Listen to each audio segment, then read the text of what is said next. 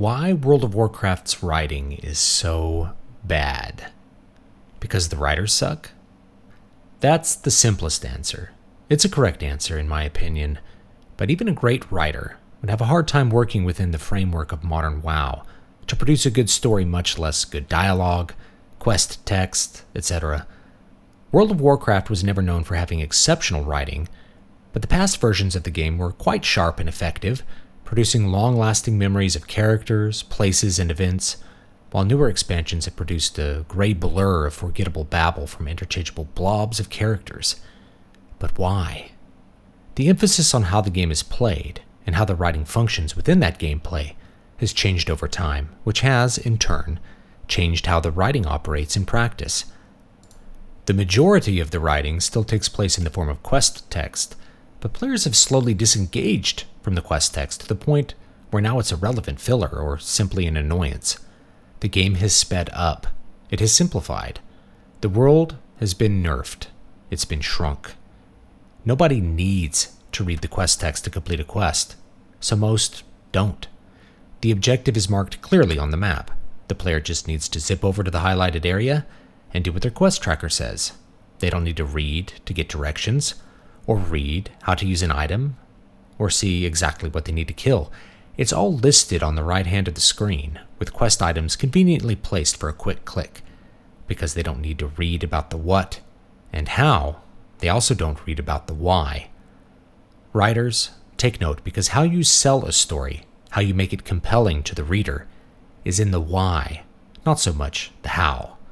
Think of a heist story. It can be terribly complicated as far as plot goes, but if there's no reason for the character to steal the item in question, there won't be any story tension. One last job for an old friend, one last heist to pay off the bad guy, etc. Motivations matter. I found it funny that many players don't realize that the newest expansion, Dragonflight, as of now, is full of homosexual couples and trans dragons. The quests are so ignored by the player base that the insertion of obnoxious woke politics into the game doesn't get noticed. If you are wondering why I noticed, it's partly because I was forcing myself to pay attention to the quest text, just trying to get engaged with what is, in terms of story, an exceptionally bland and uninspired expansion. I also noted these quests because, perhaps more importantly, the writing surrounding them was terrible. The dialogue between the gay couples came off as camp. Unintentional hilarity derived from attempts at seriousness. It's not the couples being gay on their own that's funny. It's that they appear to be written by a 12-year-old imagining what love and romance are like, but having never experienced any human relationships. Note, there is an irony to this, as only one of the relationships is exclusively between humans in-game. I can't help but laugh when societies fighting generations-long race wars have the morals to completely and perfectly accept gay relationships and modern trans identities. The gay Mongol centaurs were particularly silly. There was an exception to this, which was the few time travel quests featuring Chromie, who was now trans. These had a few clever and informative moments while not beating you over the head with Chromie's sexual identity. It's subtle in the form of her dragon name, Crumdormu, a male moniker, which you can ask her about. She has a very annoying voice actor, but that's not the writer's fault. I suppose that's what you need to break through the haze of WoW, writing that is either exceptionally good or exceptionally bad. Unfortunately, the new expansion is filled with the latter. But it wasn't always this way, was it?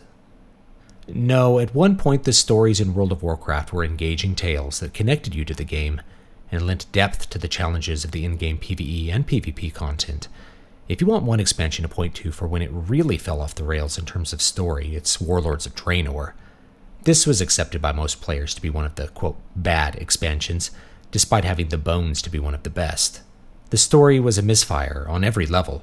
The large conflict, which involved time travel and alternate history, screamed, "We're out of ideas!" A note for the observant, time travel episodes almost always pop up in a series, when the writers are short on good stories. Warlords also changed its story direction multiple times during its long, low-content run, ending up in a place that was totally divorced from the conflict exposed in the intro quests and the initial leveling experience, which, though competent, were far from a complete story. The problems began well before Warlords, however, When I say it had the bones to be one of the best, I mean it. It was gorgeous to look at, and each zone was packed with lore-rich areas, including cities like Shatrath or Karabor, all of which ended up being totally ignored. The problem was that the emphasis had changed before 2014 from the world to the story, or, as I've said in the past, from your story to the story. You have to consider how the player interacts with an MMORPG. It's through exploration, not through narrative per se. If you want to see what I mean, consider starting a new character on a classic server. Humans are a great example, but each race has these elements. When you spawn into the world, the first thing you're greeted with is a quest to kill some wolves. It's simple and easy to understand, but it begins a basic conflict. Northshire Abbey is threatened. You can resolve that conflict by killing things. First wolves, then kobolds, then thieves in the Defias Brotherhood. Through that sequence, you learn about who lives in the Abbey, why you are doing the quests, and what the larger world is like. Millie's grapes have been stolen, but who are these masked Defias fellows? In a tiny area, you get setting, characters, and plot, all interacted with in an RPG-like fashion. You also, I should mention, have the opportunity to ignore them completely and walk away to somewhere else, or to just grind. Once you leave the newbie area of the Abbey, things open up. You get a city, Stormwind, full of NPCs that, when the game launched, had dialogue you could explore to get a sense of the setting and characters there. You could pick up some quests in Goldshire, and if they were too hard or annoying, you could skip them and do something else. There were a few quest chains, but nothing you couldn't simply ignore if it didn't interest you, and most importantly, you had to pay attention to what the NPC said to know how to do the quest. In short, the earlier versions of the game had a dynamic where the player joined a complete and persistent world, rather than witnessing a railroaded story with a set plot sequence that had to be followed exactly. In the process of leveling, you could experience a multitude of stories with deep lore roots. The Defias Brotherhood, introduced in Northshire Abbey, becomes an early antagonistic force, and the conflict culminates in several large PvE engagements, especially killing Edwin Van Cleef at the end of the Deadmines, one of the earliest dungeons in the game, which begins another sequence exposing corruption in Stormwind. Getting the complete Defias story took a long time and involved a lot of exploration and challenges. And there were many other stories like that in the game. All of the big threats were present in some form in Classic: dragons, undead, old gods, ripped from H.P. Lovecraft, bandits, enemy factions, elementals, bugs, and demons. The shift away from this style of story began with WoW's second expansion, Wrath of the Lich King. This was the first time the game's meta-story focus revolved around a single character and conflict, and it was a great character in the form of Arthas from Warcraft 3. That being said, that focus wasn't as persistent in the game itself. When you landed in Northrend, you were greeted with new conflicts auxiliary to the central conflict, yet still interesting in their own right. Most of them had something to do with the Lich King, and while there was significant quest chaining, there were plenty of small stories off the beaten path that were very interesting to interact with. In fact, the best dungeon in the expansion, Ulduar, was unrelated to the Lich King story arc and dealt with another persistent threat introduced in Classic, the Old Gods. Wrath of the Lich King was a great expansion, but it introduced many of the things that caused the current rot in the game, like auto-queuing dungeons and multiple raid difficulties. Like these changes, the topic of this essay, the story, was not bad in its original form, but the form rather caused the game and the player base to change in a way that harmed it. There are other things from Wrath that harmed the game permanently that had nothing to do with Blizzard's decisions, and came in the form of user mods. One of these was Gear Score, which boiled players down to an item level. The other was Quest Helper, which marked the location of quest objectives on the player's maps. Unfortunately, the ubiquity of both these mods caused Blizzard to incorporate them into the game as features.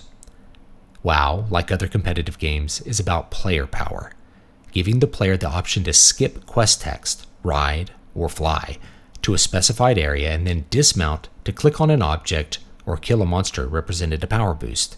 It meant you could level more quickly, thus increasing your power with greater speed than you otherwise would. It was hard to resist. Like flying, eventually it became non-optional, since it's tied to power level, which is the main point of the game.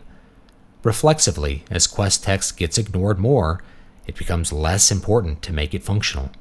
At best, it becomes some obscure exposition about some area in the game. At worst, paragraphs that say nothing.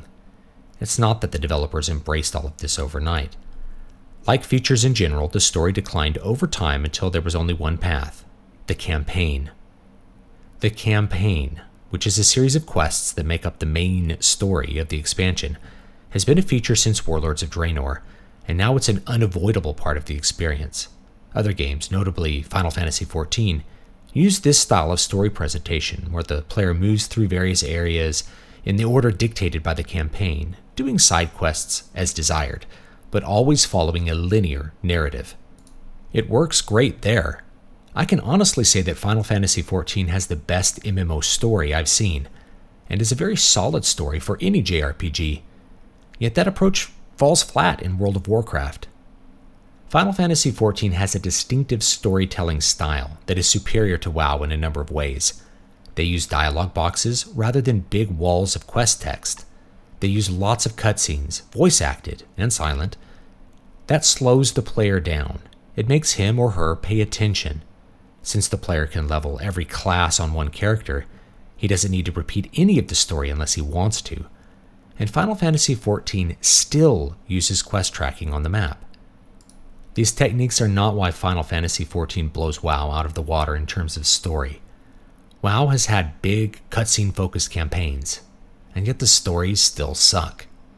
Here's where we circle back around to the original point. The WoW writers are bad. The big difference between Yoshi P and company and Blizzard Entertainment is that the Final Fantasy XIV team knows how to write a story. They know setting, characters, and plot. All three of these things are shaky in WoW post-Lich King.